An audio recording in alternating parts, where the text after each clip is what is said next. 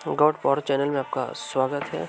आइए हम लोग परमेश्वर की महिमा के लिए कुछ वचन को देखेंगे, जिससे परमेश्वर के नाम की महिमा हो। हम लोग देखेंगे लूका रचित सुसमाचार, उसका 23 अध्याय और 39 से लेकर हम लोग 43 तक देखेंगे। लूक चैप्टर 23 और वर्सेस 39 to 43, यहाँ पर इस प्रकार से लिखा है। 39 में इस प्रकार से लिखा है, जो कुकर्मी वहाँ लटकाए गए थे, उनमें से एक ने उसकी निंदा करके कहा, क्या तू मसीह नहीं तो फिर अपने आप को और हमें बचा। यहाँ पर देखते हैं, ये वचन उस टाइम का है जिस समय प्रभु यीशु मसीह संसार में थे, और जब कलवरी क्रूस पर लटकाए गए थे, उनके साथ जो है ना 2 डाकू को भी लटकाया गया है, यानी 2 कुकर्मी को भी लटकाया गया है। तो एक जो कुकर्मी है वो प्रभु यीशु मसीह की निंदा करके कह रहे हैं, क्या तू मसीह नहीं तो फिर अपने आप को। देखते हैं कि कुकर्मी कह रहा है, पहले तू अपने आप को बचा और फिर मुझे भी बचा। यहाँ पे देखा गया है कि वो व्यक्ति एक तरह से जो है ना प्रभु यीशु मसीह की निंदा कर रहा है। हालांकि प्रभु यीशु मसीह इस संसार में आए थे अपने लिए नहीं, इस संसार के हर एक मनुष्य के लिए प्रभु यीशु मसीह आए हुए थे। और ये चोर, एक कुकर्मी जान रहा है कि हम जो गलती किए हैं उस गलती का सजा मुझे मिल रहा है, लेकिन इसने प्रभु यीशु मसीह को समझा कि ये भी मेरे लिए गलती है, ये भी गलती किए हुए, इसलिए यहाँ पे लटकाए गए थे। इकलौता था ये। उसके बाद जो है ना 40 में लिखा है, इस पर दूसरे ने उसे डांट कर कहा। देखिए, वहाँ पर 2 कुकर्मी लटकाए गए थे, एक उसकी निंदा कर रहे हैं, दूसरा जो है ना दूसरे डाकू को, दूसरे कुकर्मी को डांट रहा है कि इस पर दूसरे ने उसे डांट कर कहा, क्या तू परमेश्वर से भी नहीं डरता, तू भी तो वही दंड पा रहा है। अब देखिए, दूसरे कुकर्मी ही उसको डांट रहा है, क्या तू परमेश्वर से भी नहीं डरता। यानी इनको मालूम है कि हम लोग के बीच में जो उस कलवरी क्रूस पर लटकाए गए हैं वह परमेश्वर है। वो राजाओं के राजा है और प्रभु का प्रभु है। उन्होंने कोई ऐसा गलती काम नहीं किया। उन्होंने लोगों को बचाने के लिए आए। उन्होंने बहुत सारा आश्चर्यजनक काम किए। जो देख नहीं सकता था उसको ज्योति दिए, जो सुन नहीं सकता था उसको बोली दिए, जो मर गया था उसको जिलाए। इसलिए दूसरा जो डाकू है, कुकर्मी है, ये बोल रहा है, क्या तू परमेश्वर से भी नहीं डरता। देखिए, पाप एक इतना बड़ा माने अंधा बना देता है जिसके बारे में सोचा नहीं जा सकता है। ये बेचारा जो है ना, जो चोरी किया होगा या उसके साथ जो पकड़ाया होगा चोरी में, कहीं ना कहीं डर के काम किया होगा कि हम जो काम कर रहे हैं ये बहुत बड़ा गलती कर रहे हैं। लेकिन इसके लिए एक बहुत बड़ा अवसर आ गया, और यहाँ पे बता रहा है कि क्या तू परमेश्वर से भी नहीं डरता, तू भी तो वही दंड पा रहा है। और जैसे 40 में लिखा हुआ है, 41 में, और हम तो न्यायानुसार दंड पा रहे हैं। यानी हम जो गलती किए हुए हैं उसके अनुसार हम दंड पा रहे हैं, क्योंकि हम अपने कामों का ठीक फल पा रहे हैं। देखिए, इन्होंने पश्चाताप किया, विश्वास किया कि हम जो गलती किए हुए हैं वो उस काम का हम अपने कामों का ठीक फल पा रहे हैं, पर इसने कोई अनुचित काम नहीं किया। देखिए, कोई अनुचित काम नहीं किया, एक भी अनुचित काम नहीं किया। प्रभु यीशु मसीह के बारे में जो है ना दूसरे वाले जो कुकर्मी हैं बता रहे हैं कि यानी ये परमेश्वर ने, प्रभु यीशु मसीह ने कोई अनुचित काम नहीं किया। आपको जैसे 42 में फिर लिखा है, तब उसने कहा, यानी दूसरे वाले कुकर्मी ने कहा, क्या कहा, ये जो उन्होंने ये अवसर को जो है ना समझ गया और जो है ना कहता है कि हे यीशु, जब तू अपने राज में आए तो मेरी सुधि लेना, है ना। जब तू अपने राज में आए तो मेरी सुधि लेना। तो 43 में बता रहे हैं, प्रभु यीशु मसीह ने उससे कहा, तब प्रभु यीशु मसीह ने उससे कहा, उसको मन फिराने वाले व्यक्ति से बोला, उस कुकर्मी से बोला कि मैं तुझसे सच कहता हूँ कि आज ही तू मेरे साथ स्वर्गलोक में होगा।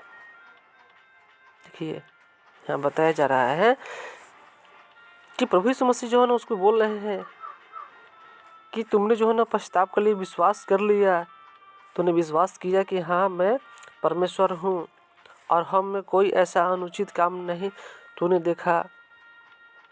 तू स्वीकार कर रहा है कि हमने गलती किया, उस गलती का सज़ा मुझे मिल रहा है।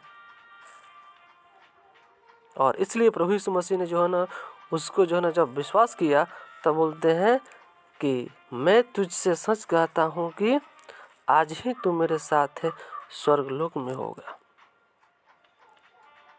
प्रियो, प्रभु यीशु मसीह वहाँ पर इनसे नहीं पूछे कि तूने क्या क्या गलती किया है,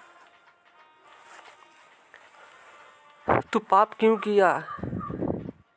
एक हम लोग मनुष्य जाने अनजाने में देखने से, सोचने से, करने से पाप हो जाता है, तो हम मन फिराते हैं तो प्रभु यीशु मसीह ये नहीं बोलते हैं कि तूने क्या क्या किया है, क्योंकि मनुष्य इसलिए बने प्रभु यीशु मसीह ताकि हमारे विचारों को समझे, जाने कि मेरे जो मन में उत्पन्न होता है कैसा विचार उत्पन्न होता है।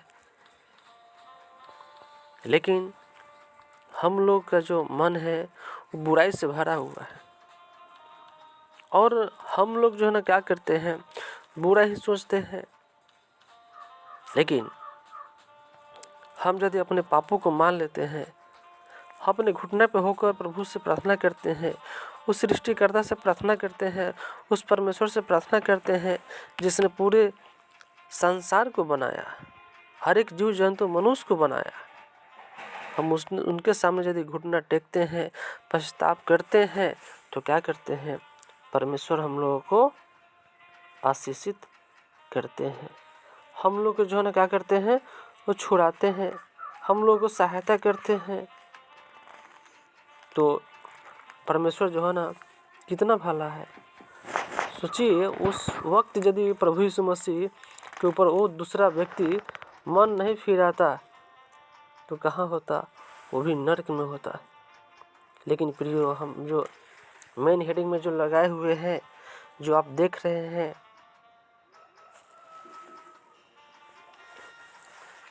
परमेश्वर ने उस व्यक्ति को स्वर्ग में बुलाया। उसी रीति से मन फिराने वाले व्यक्ति को परमेश्वर क्या कहते हैं, उसको स्वर्ग में बुलाते हैं। अब देखिए,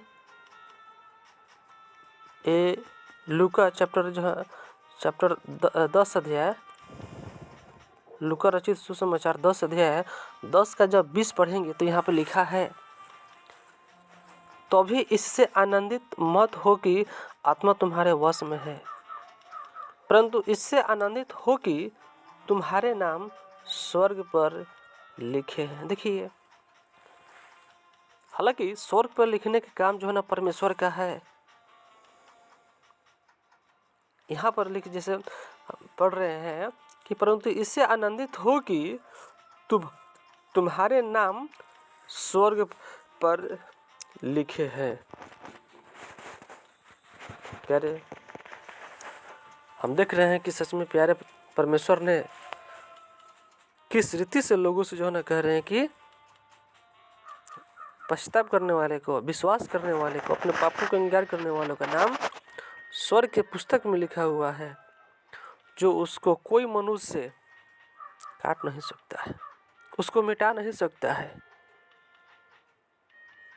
तो ये व्यक्ति बाल बाल बचा, यदि ये अपने अवसर को नहीं समझता तो कहाँ जाता? नरक में जाता। लेकिन विश्वास किया, ये अवसर को समझा, विश्वास किया और कहाँ गया? स्वर्ग में गया। तो फिर यो हम सब इस संसार में रहते हैं और हम अपने बारे में नहीं जानते हैं कि मेरे साथ क्या हो जाएगा, या आप लोग अपने बारे में नहीं जानते हैं कि कब क्या हो जाएगा, कब इस संसार को हम छोड़ के चले जाएंगे।